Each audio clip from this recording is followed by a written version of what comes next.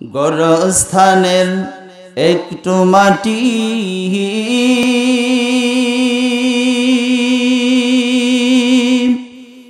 বাইনা করে রাখ রে, গোরস্থানের একটু মাটি বাইনা করে রাখ। কখনো যদি আসবে রে তোমার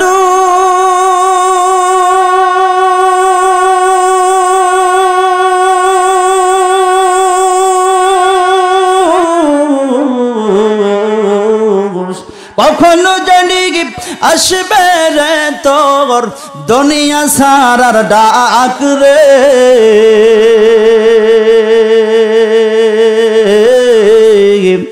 গোরস্থানের একটু মাটি বাইনা করে রাখ রে, গোরস্থানের একটু মাটি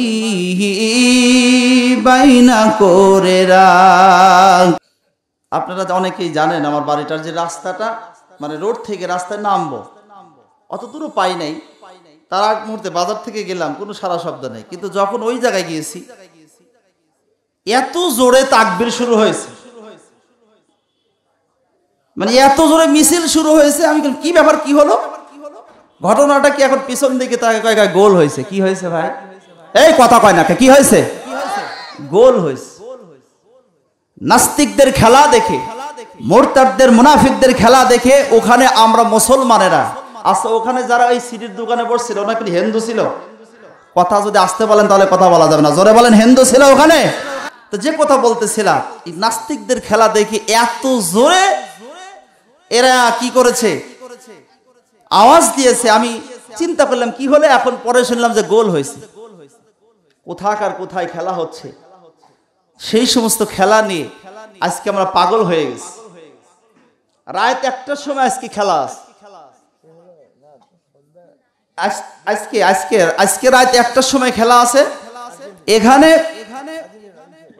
জানি না যেই দলই হোক না কেন, আজ 1টার সময় খেলা আছে এখানে, আজকে মাহফিল।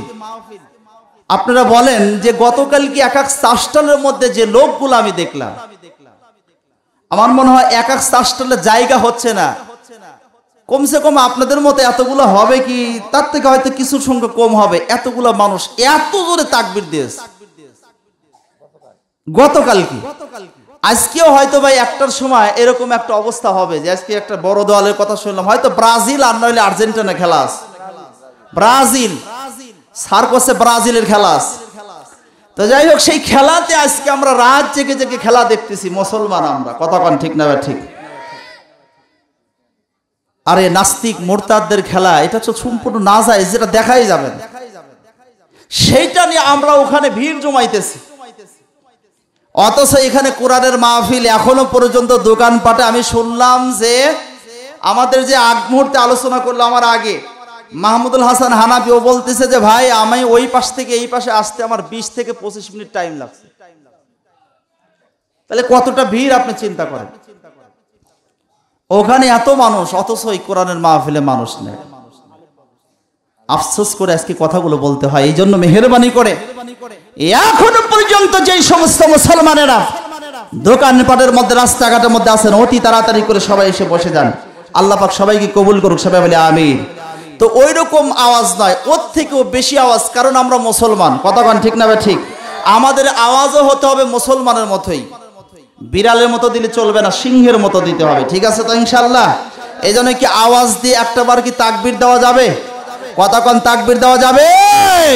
মুসলমানের মতো গতকাল কি যে আওয়াজ শুনলাম, এর থেকে আমি বেশি একটা আওয়াজ শুনতে চাই। এখনো পর্যন্ত যারা দোকানপাটে, জিলিপির দোকানে, চায়ের দোকানের মধ্যে বসে আছে, আপনাদের আওয়াজটা যেন ওদের কানের ভিতরে পৌঁছায় যায়, এরকম একটা আওয়াজ চাই। কি কোন দিতে পারবেন আপনারা সবাই?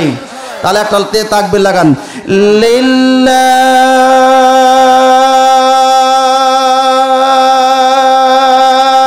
তাকবীর। মাশাআল্লাহ, মাশাআল্লাহ, আমি অত্যন্ত খুশি। আল্লাহু আকবার, জোরে কোন আল্লাহু আকবার। আরে কে বলেছে বাঘ নাই? কারণ মুসলমানের বাচ্চারা আপনারাই বাঘ। কথা কয় ঠিক না?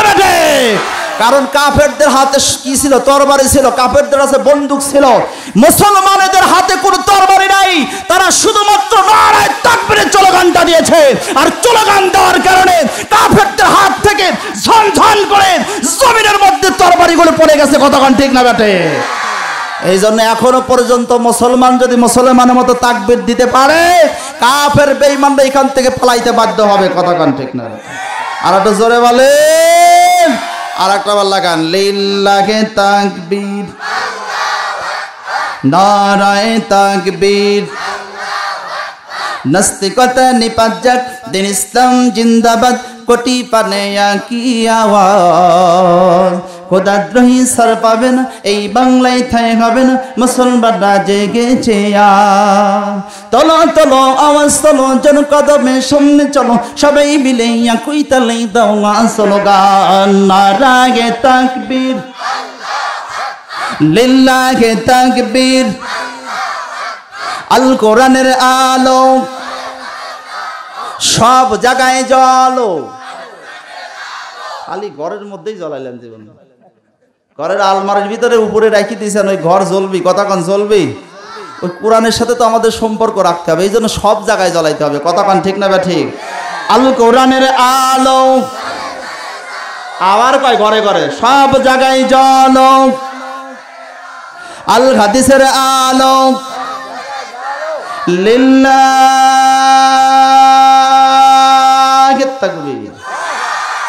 মুসলমানদের এই দেশেতে নাস্তিকদের ঠাঁই নাই, নাস্তিকদের পক্ষে যারা তাদের কোনো রক্ষা নাই। কথা বল ঠিক না ঠিক? মুসলমানদের এই দেশেতে নাস্তিকদের ঠাঁই নাই, নাস্তিকদের পক্ষে যারা তাদের কোনো রক্ষা নাই। এই দেশেতে বাঁচতে হলে কোরআন মানতে হবে, কোরআন না মানলে পারে ভারত যাইতে হবে। এই দেশেতে বাঁচতে হলে কোরআন মানতে হবে, কোরআন না মানলে পারে ভারত যাইতে হবে। তলো তলো আওয়াজ তলো, জোর কদমে সামনে চলো, সবাই মিলে একই তালে দাও না স্লোগান, নারায়ে তাকবীর, লিল্লাহি তাকবীর। আল কোরআনের আলো সব জায়গায় জ্বলো। আল হাদিসের আলো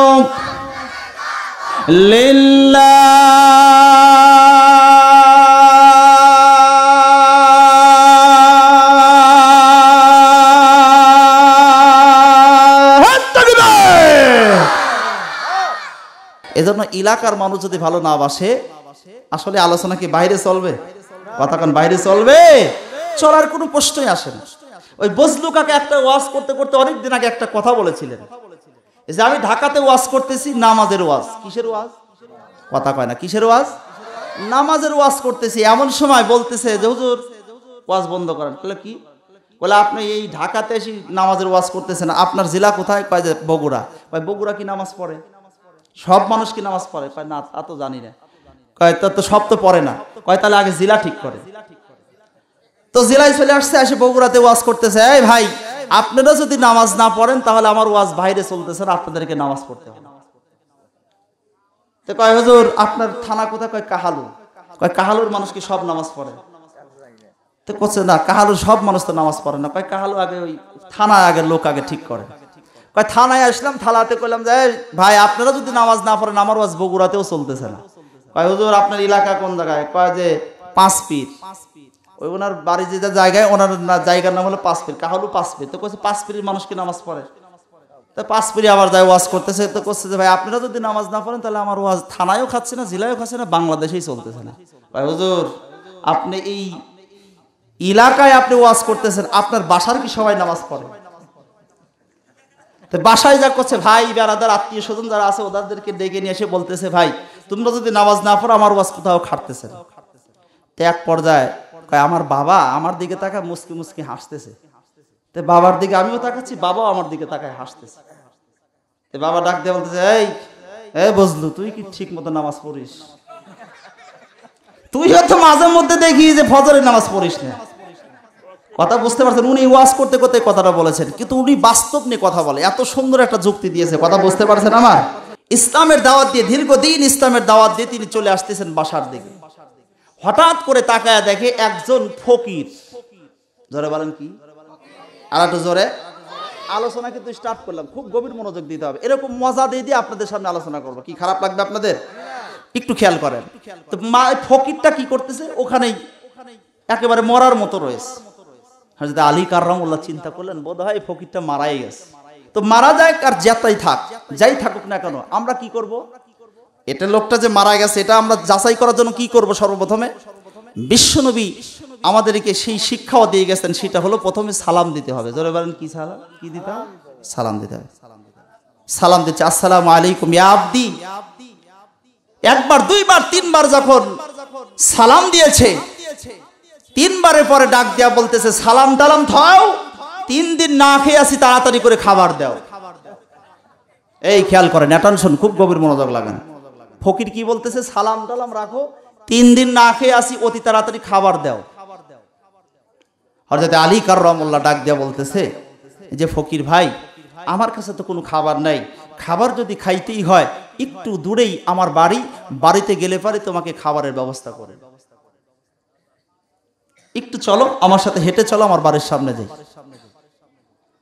ফকিরটা ডাক দেয়া বলতেছে, আলী, আমার যদি শক্তি থাকবে তাহলে আমি এখানে মরার মতো পড়ে আছি কেন? আমার তো কোনো শক্তি নাই, আমি যে উঠে হাঁটবো সেই শক্তি নাই। তুমি আমাকে কি করো, তুমি তোমার কাঁধের মধ্যে আমাকে নিয়ে তুমি তোমার বাড়িতে নিয়ে যাও। আচ্ছা, কোনো ফকির যদি এরকম আমাদের সামনে পড়ে যে 5টি টাকা 10টি টাকা চাইলে দূর দূর করে আমরা দাঁড়ায় দিই, আর কোনো ফকির যদি এসে কয় যে ঘাড়ের মধ্যে করে নিয়ে বাড়িতে নিয়ে আমাকে খাওয়াও, আসলে কি আমাদের সম্ভব? এটা কথা কয় না, সম্ভব?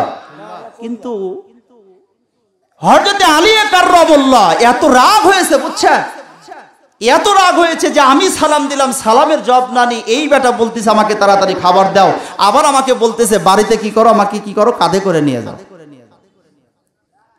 এত রাগ হয়েছে, রাগ করে কিছু বলবে, এমন সময় আল্লাহর কুরআন সামনে দাঁড়ায় গেছে। সুবহানাল্লাহ কইলেন না?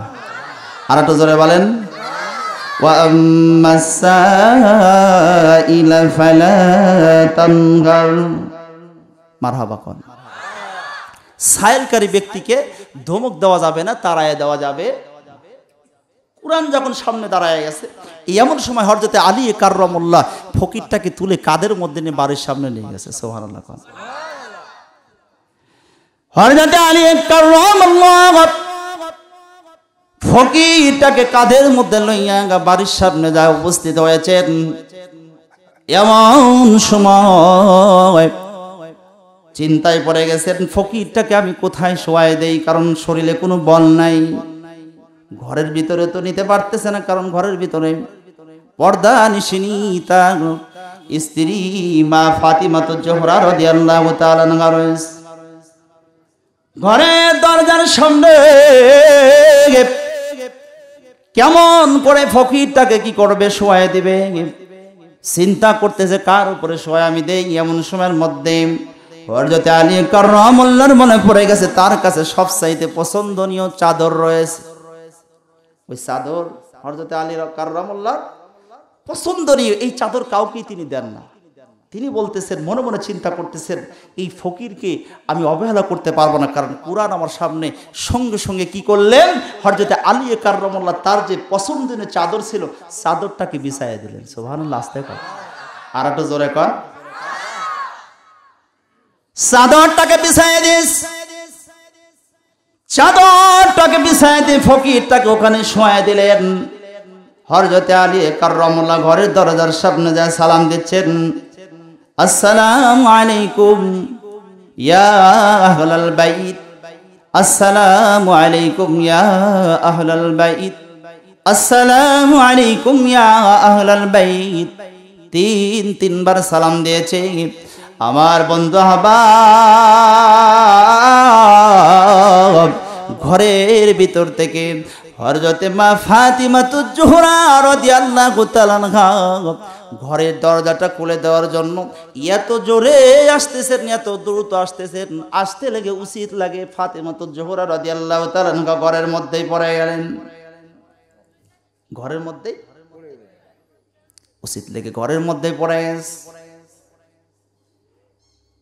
এ বন্ধু আহবাব, হযরত আলী কাররামুল্লাহ ভিতরে যখন আওয়াজ শুনেছেন কিছু একটা হয়েছে, সঙ্গে সঙ্গে হযরত আলী কাররামাল্লাহ ঘরের দরজাটা একটু কি করলেন, ফাঁক করেন, ঘরের ভিতরে ঢুকলেন।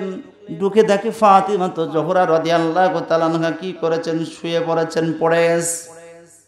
হযরত আলী কাররামাল্লাহ ডাক দিয়ে বলে, ফাতিমা, এ ফাতিমা, তুমি এরকম করে পড়ে গেল কেন?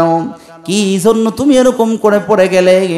ফাতিমা তো জোহরা রাদিয়াল্লাহু তাআলা আনহা ডাক দিয়ে বলতেছেন, হাসান হুসাইনের বাবা, দীর্ঘদিন ইসলামের দাওয়াত নিয়ে আপনি বাইরে ছিলেন। আপনি যখন এসে সালাম দিয়েছেন, আমি ছিলাম অন্দর মহলে। জোরে বলেন, কোন মহলে? আর একটু জোরে কোন। অন্দর মহল আপনারা বোঝেন? অন্দর মহল বোঝেন? সংরক্ষিত জায়গায় অন্দর মহলের ভিতরে আমি ছিলাম। আমার বন্ধুগণ, আমার ভাইরা, অন্দর মহল কাকে মানে? ইমাম গাজ্জালী রাহমাতুল্লাহ আলাইহিকে প্রশ্ন করেছে ছাত্ররা, অন্দর মহল বলতে কি বোঝায়? ওই অন্দর মহল বলতে বোঝায় হলো মা বোনেরা যখন মারা যায়, ওই মা বোনদেরকে কবরের মধ্যে যারা না বাইতে পারে, তারা ব্যতীত কেউ তার সাথে দেখা করতে পারে না, ওই জায়গাটার নাম হলো অন্দর মহল। শুধুমাত্র কেবলমাত্র যারা কবরের মধ্যে নামাইতে পারবে তারা ব্যতীত সারা কাউকে দেখতে পারে না, ওই জায়গাটার নাম হলো অন্দরমহল। কথা ছিল অনেক রে বন্ধুগণ, আমার ভাইয়ের, আমার মর্তের মধ্যে ফাতিমা তো জোহরা রাদিয়াল্লাহু তাআলা আনহা ডাক দিয়ে বললেন, স্বামী গো, দীর্ঘদিন পরে আপনি যখন আমার বাড়ির সামনে আসছেন দরজাটা খুলে দেওয়ার জন্য, আমি ফাতিমা এত জোরে একটু আসতে লাগছিলাম, দ্রুত আসতেছিলাম, উচিত লাগে আমি পড়ে গেলাম। কই কেন পড়লে?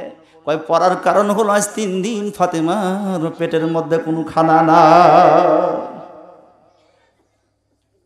3 দিন ফাতিমার পেটের মধ্যে কোনো খানা যায় নাই।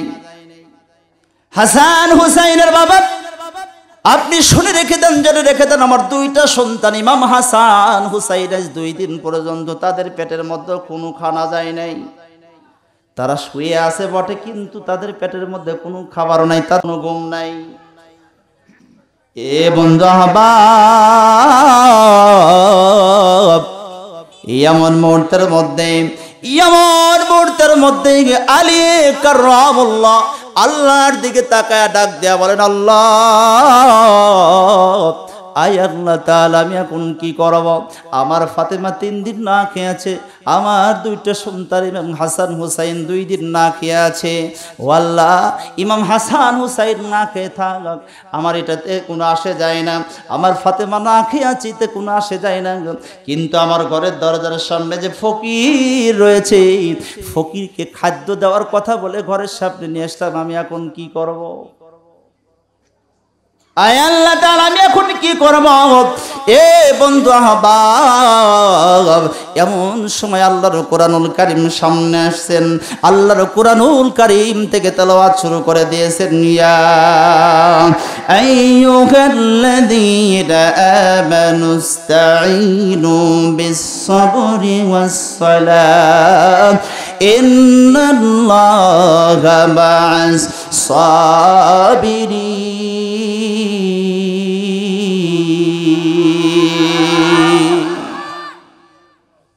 এ আলী, ঘাবড়ানোর কোনো প্রয়োজন নাই, ধৈর্য সহকারে তুমি নামাজ আদায় করো। সালাত পড়লে হবে না, ধৈর্য সহকারে সালাত পড়তে হবে। ধৈর্যের মাধ্যম দিয়ে কি করতে হবে?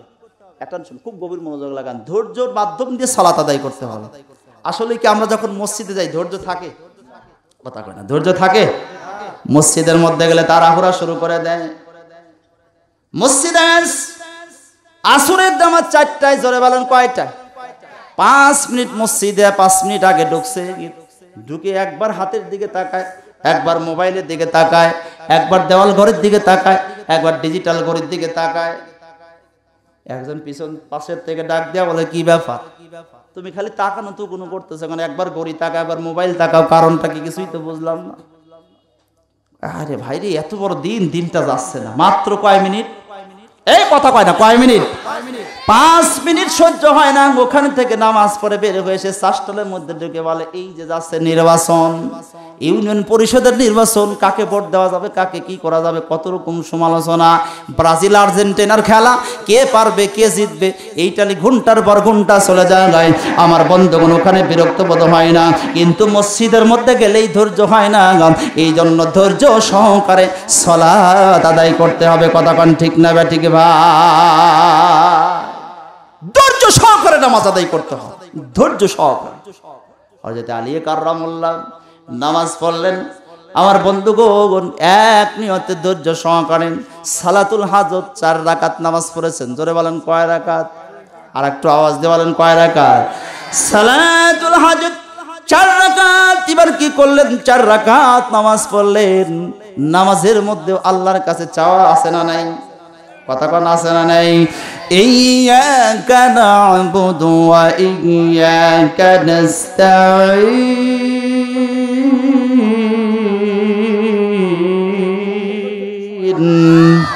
আর একটু জোরে বলেন আল্লাহু আকবার। আমরা সাহায্য চাও কার কাছে? আর একটু জোরে বলেন কার কাছে? আমার বন্ধুগণ, আমার ভাইরা রে, এ বন্ধু আহবাব একটু গভীর মনোযোগ লাগান। ইমান হযরত আলী কাররামুল্লাহ নামাজের মধ্যে কোনো ফল নেওয়ার পরে 2টা হাত আল্লাহর দরবারে তুলে ধরেছে। আল্লাহ ও আল্লাহ, তুমি বলেছো নামাজ পড়তে হবে, ধৈর্য সহকারে নামাজ পড়লাম। আমার হাসান হুসাইন না খেয়ে আছে, আমার কোনো দুঃখ নাই।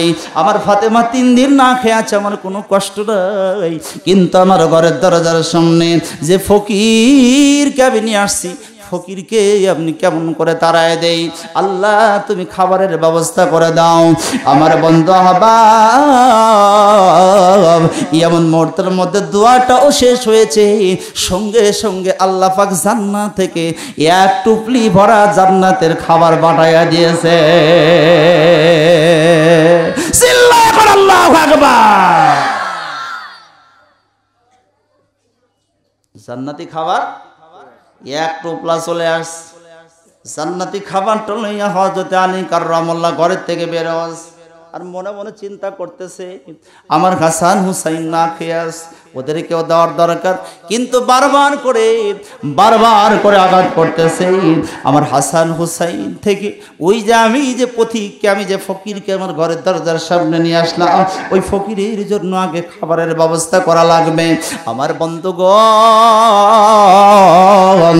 আর দেরি নাই, তিনি কি করলেন? টুপলেটা লইয়া ঘরের থেকে যখন বের হবেন, এমন সময় হাসান হুসাইনের নাকের মধ্যে সুঘ্রাণ এসে গেছে। খানার সুঘ্রাণ এসে গেছে, বাসনা যখন এসে গেছে। হাসান হুসাইন কি চোখে ঘুম আছে? পেটের মধ্যে ক্ষুধা থাকলে কি ঘুম ধরে? আছে। এই যে মাহে রমজানুল মোবারক মাসে, রোজার মাসে, এখন কেউ যদি চিন্তা করে আসরের পরে ঘুমাবো, আসলে কি ঘুম ধরে? এ কথা কয় না, ঘুম ধরে?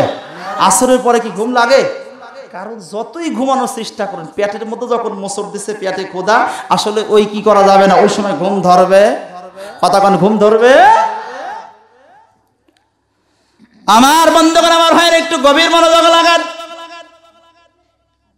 হাসান হুসাইনের চোখের মধ্যে ঘুম নাই। যখনই সুঘ্রাণ যখন বের হয়েছে, এমন সময়ের মধ্যে বাবার সামনে যায় ডাক দিয়া বলতেছে, ছোট হুসাইন ডাক দিয়া বলতে, মা 2 দিন পর্যন্ত আমার পেটের মধ্যে কোনো খাবার নাই। ও মা, তুমি খাবারের ব্যবস্থা করতে পারো না? বাবাই ভালো, মা তুমি ভালো না। বাবা দেখো সেই খাবারের ব্যবস্থা করে ফেলেছে। আমার বন্ধুগণ, আমার বাইরা আমার বাবাকে ভালো বলতেছে, কিন্তু বাবার অন্তরের মধ্যে আল্লাহর কোরআন রয়েছে। আম্মা সাইনা ফালা তানগার, সাইলকারীকে ধমক দেওয়া যাবে না, সাইলকারীকে তাড়ায় দেওয়া যাবে না। সাইলকারীকে আগে খাদ্য দিতে হবে, খানা দিতে হবে। এই জন্য হযরত আলী কাররামুল্লাহ তিনি ঘর থেকে বের হয়ে যেতে লাগে। এমন সময় পাটা চেপটে ধরেছে পিছন থেকে হুসাইন। ডাক দেয়া বলে, বাবা এত পেটে ক্ষুধার জ্বালা যন্ত্রণা আমি সহ্য করতে পারি না বাবা। ও বাবা, একটু খাবার দাও গো বাবা, কোথায় যাও? একটু খাবার দাও।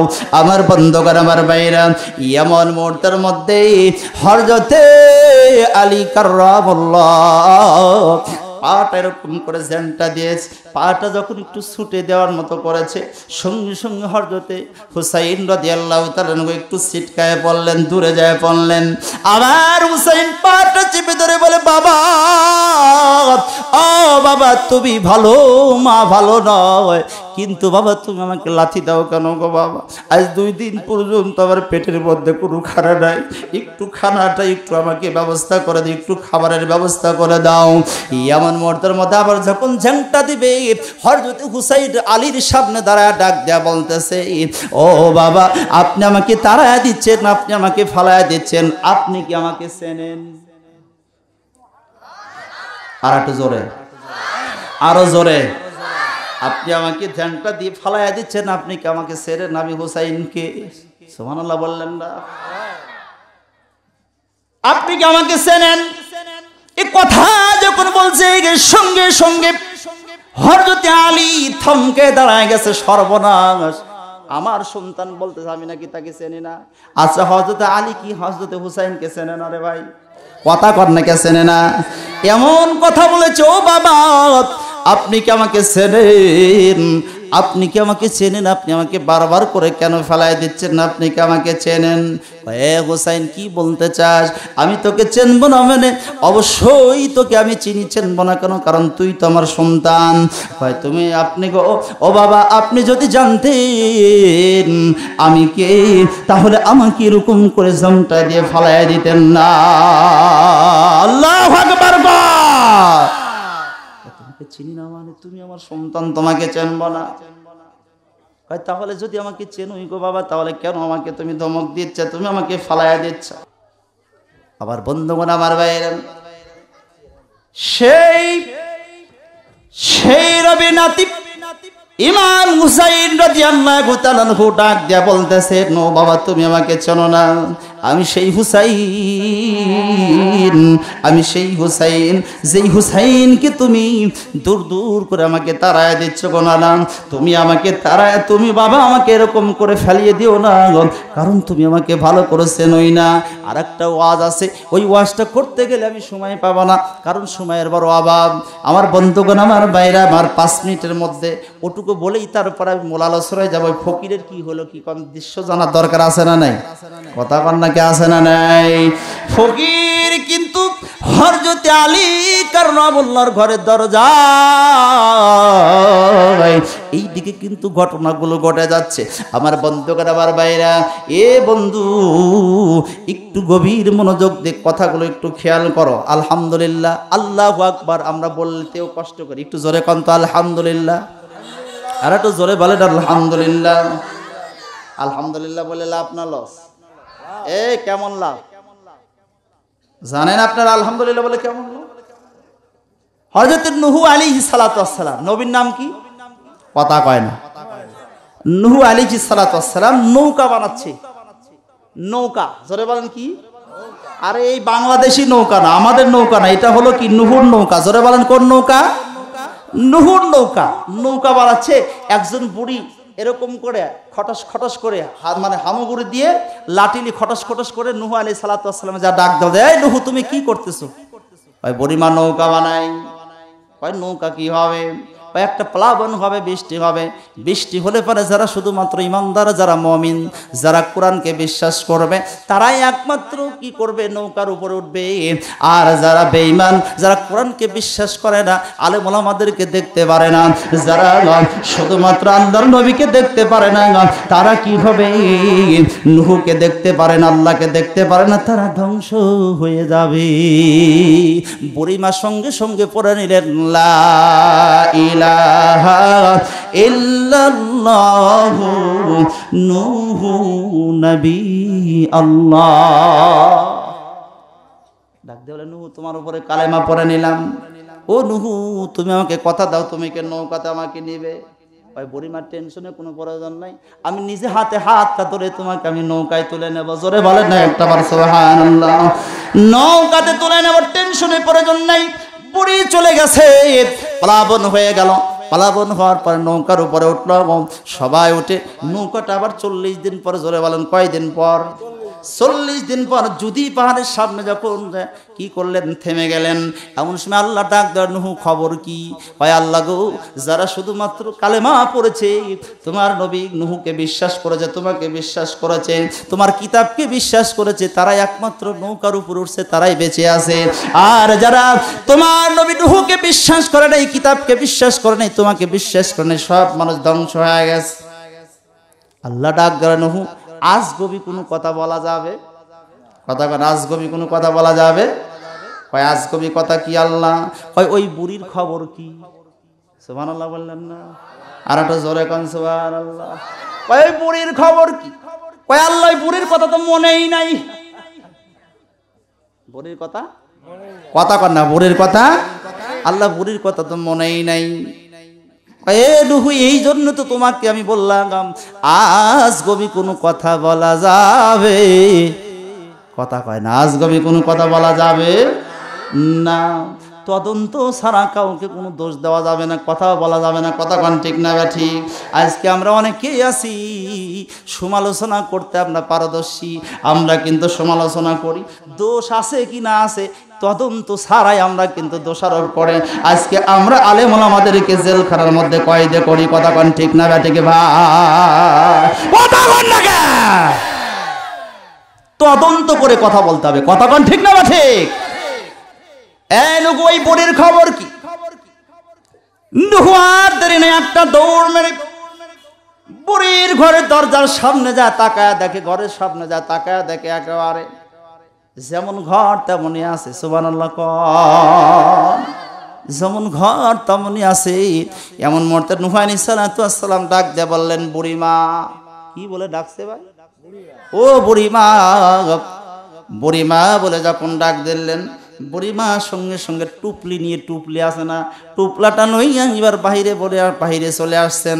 এমন সময় নূহ ডাক দেওয়া, বুড়িমা টুপলা কি হবে? হয় তোমার বুঝি মনে নাই? তুমি আমাকে বললে তোমার উপরে কালেমা পড়েছে, তুমি আমাকে নিজ হাত দিয়ে তুমি আমাকে নৌকার উপরে তুলবে, তোমার বুঝি মনে নাই? চলো যাই, নৌকার উপরে যাই। ডাক দেয়া বলে, বুড়িমা, বুড়িমা, 40 দিন পর্যন্ত সারা পৃথিবীর ময়দানটা পানি আর পানি হয়ে গেছে, চরুলতা গাছ গাছালি যত আছে সব পানি পানি পানি হয়ে গেছে, কোনো জায়গায় পানি ছাড়ার কিছুই নেই, পানি আর পানি হয়ে গেছে, সব মানুষ মারা গেছে, জীব জানোয়ার মারা গেছে। বুড়িমা, ও বুড়িমা, 40 দিন পর আজকে নৌকাটা যদি পাহাড়ের কিনারে থামছে, এরপরে তোমার কাছে আসলাম, তোমার খবর কি? ও বুড়িমা, তুমি কি আমল করো যেই আমলের কারণে আল্লাহ রাব্বুল আলামিন তোমাকে এই অবস্থায়, আখ্যায়িত অবস্থায় ভাবে রেখে দিয়েছে? কি আমল তুমি করো? এমন মুহূর্তে বুড়িমা ডাক দিয়ে বলে, ওরে নূহ,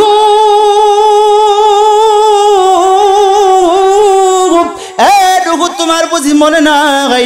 তোমার উপরে তোমাকে বিশ্বাস করে কালেমা পড়ে, যখন তোমাকে বিশ্বাস করে তোমাকে কালেমা পড়লাম, কিতাব মেনে নিলাম, ওই সময় তুমি যখন আমাকে বলেছিলে হাতটা ধরে তোমাকে কি করব? ও বুড়িমা, তোমাকে নৌকার উপরে আমি তুলে দেব। ওই সময় আমি কিন্তু একটা শব্দ উচ্চারণ করেছিলাম, আলহামদুলিল্লাহ। আল্লাহর শুকরিয়া আদায় করার কারণে আমার আল্লাহ রাব্বুল আলামিন নিজ কুদরতি হাত দিয়ে আমাকে হেফাজত করেছে। আর একটা বার কি জোরে বলা যাবে না আলহামদুলিল্লাহ? হায়াতের মালিক কে? মাউতের মালিক কে? الذي خلق الموت والحياة ليبلوكم أيكم أحسن عملا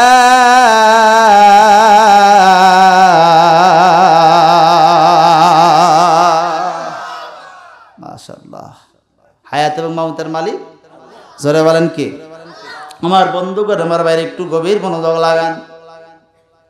ইমাম হুসাইন রাদিয়াল্লাহু তাআলা এমন মুহূর্তের মধ্যে যখন আবার পাওটা চেপে ধরেছে, ও বাবা একটু খাবার দাও গো বাবা।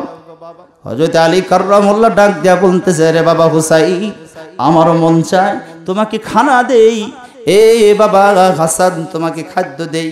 কারণ তোমরা 2 দিন না খেয়ে আছো, আমার ফাতেমা 3 দিন না খেয়ে আছে, আমার মন চায় তাদেরকে আমি খানা দেই। কিন্তু রে এ হুসাইন, তুমি জানো না আমার ঘরের বাইরে দরজার সামনে একজন ফকিরকে আমি শোয়ায় রাখছি, তাকে না খাওয়াইয়া আমি তোমাদেরকে খাওয়াইতে পারি না। আগে তাদেরকে খাওয়াবো, তাকে খাওয়াবো, এরপরে যদি বাঁচে তাহলে তোমাকে খাওয়াবো। কারণ আমার সামনে আল্লাহর কোরআন। জোরে বলেন কি? আর একটু জোরে বলেন কি? সাইলকারীকে কি করা যাবে না? ধমক দিয়ে তাড়ানো যাবে। ওয়ালাম নাকুনু তু'ইমুল মিসকিন,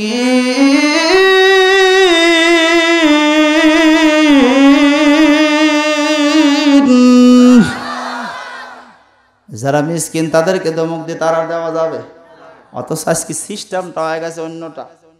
আমরা যদি তামদারি করি, আমার বাবা মারা গেছে, আমার মা মারা গেছে, তামদারি করলে পারে দেশের মধ্যে সবচাইতে প্রভাবশালী কারা আছে তাদেরকে দাওয়াত দেই। কিন্তু আল্লাহর কোরআন দেখেন কি বলতেছে, যারা শুধুমাত্র মিসকিন তাদেরকেই ওই খাদ্যটা দিতে হবে, মিসকিন ছাড়া ওই খাদ্যটা কেউ কি করতে পারবে না। বক্ষণ মিসকিনকে আগে খাওয়ানো লাগবে, এরপরে যদি বাঁচে সেইটা কি করবে? আমরা খাবো, কারণ আমাদের তো খানার অভাব, কথা কোন অভাব। এই জন্য মিসকিন যদি আসে, একটা ফকির এসে দাঁড়াইছে, ওই যে যা, ওই যে যা, ওই দেখো পালা আছে, পালার ওই পিঠে তোদের জন্য ব্যবস্থা আছে, ওই পাশে। কথা কয় না? পালার ওই পাশে তাদের জন্য স্থান হয়, ওই পাশে যা, ওখানে যা, তোদের ব্যবস্থা আছে। কিন্তু তাদেরকে ধমক দিয়ে তাড়ায় দেওয়া হচ্ছে। কিন্তু আমরা যারা প্রভাবশালী, আমরা যারা ক্ষমতাশালী, আমরা যারা নেতা টাইপের, আমাদেরকে আজকে ওইগুলো কি দাওয়াত দিয়ে খাওয়ানো হচ্ছে। কথা কন ঠিক না? ঠিক। খানা কার আর খাই কি? কথা বোঝেন নাই মনে হয়? কি ভুল বললাম নাকি? ওয়ালাম নাকুনু তু'ইমুল মিসকিন, মিসকিনকে খাদ্য না দিলে আপনাদেরকে জাহান্নামের মধ্যে, সাকরের মধ্যে, আগুনের মধ্যে বাসিন্দা হওয়া হবে। এইবার মনে হয় মনটা খারাপ করলেন আপনারা। ও ভাই, আপনারা আগে ফকির মিসকিনকে খাদ্য দিবেন, এরপরে আপনারা খাবেন। কথা বুঝাইতে পারছি? কারণ ওই খাদ্যটার হকদার হলো ফকির মিসকিন। আমার বন্ধুগণ, আমার ভাইয়েরা, হযরত হুসাইন রাদিয়াল্লাহু তাআলা বাবাকে ডাক দিয়া বলে, বাবা, আমরা তো এটা জানতাম না তোমার ঘরের দরজার সামনে তুমি ফকিরকে রেখে আসছো। যাও বাবা, আগে ফকিরকে খাদ্য দাও, এরপরে যদি বাঁচে তাহলে সেইটা আমরা ভক্ষণ করব। হযরত হুসাইন রাদিয়াল্লাহু তাআলার কথা শুনিয়া এবার হযরত আলী রাদিয়াল্লাহু তাআলা মুস্কি মুস্কি হাসি লইয়া দরজাটা যখন খুলছে, খুলে দেখে ওই ফকিরটা দাঁড়ায় আছে। এত আসতে পেলেন সুবহানাল্লাহ, জোরে কর না সুবহান। ফকির কি? যার শক্তি নাই, বল নাই, সেই ফকির দাঁড়ায় আছে। হযরত আলী ডাক দিয়া বলে, হে ফকির, তোমার শরীরের মধ্যে নাকি বল নাই, সাহস নাই, কোন রকম কোন বল নাই, বুদ্ধি নাই, তুমি চড়তে পারো না, তোমাকে কাঁধে করে নিয়ে আমার বাড়ির সামনে নিয়ে এসে তোমাকে এখানে শোয়াই দিলাম। এ ফকির, আমার 2টা সন্তানকে খাদ্য না দিয়ে, আমার স্ত্রী ফাতেমা 3 দিন মাকে আছে, তাকে খাদ্য না দিয়ে, রে আমি তোমাকে খাদ্য দিলাম, আমি তোমাকে খানার ব্যবস্থা করলাম, তুমি আজকে কেন আমার সামনে দাঁড়ায় আছো কিছুই তো বুঝতে পারলাম না। এমন মনটার মধ্যে ডাক দেয়া বলতেছে, রে আলী, তুমি শুধুমাত্র ইসলামের জন্য লড়াই না, তোমাকে আমি পরীক্ষা করার জন্য আমি আসছিলাম। আমি আর কেউ নয়, আল্লাহর পক্ষ থেকে আমি হলাম আল্লাহর একজন ফেরেশতা। সুতরাং আমি ফকির নয়, আল্লাহ পাক আমাকে পাঠাইছে তোমাকে পরীক্ষা করার জন্য। পরীক্ষা করে দেখলাম তুমি তোমার সন্তান, তুমি তোমার স্ত্রী পরিজন সবার থেকে তুমি মিসকিনকে, কোরআন সামনে দাঁড়ানোর কারণে তুমি মিসকিনকেই কি করেছো, ফকিরকেই তুমি ভালোবাসছো, তুমি সাহায্য করেছো। নিঃসন্দেহে আমি সাক্ষী দিয়ে দিলাম তুমি আসলেই একজন ইমানদার, তুমি আসলে একজন আল্লাহওয়ালা, তুমি আসলে একজন কোরআনকে তুমি মানো। জোরে বলা যাবে না একটা বার আল্লাহু আকবার।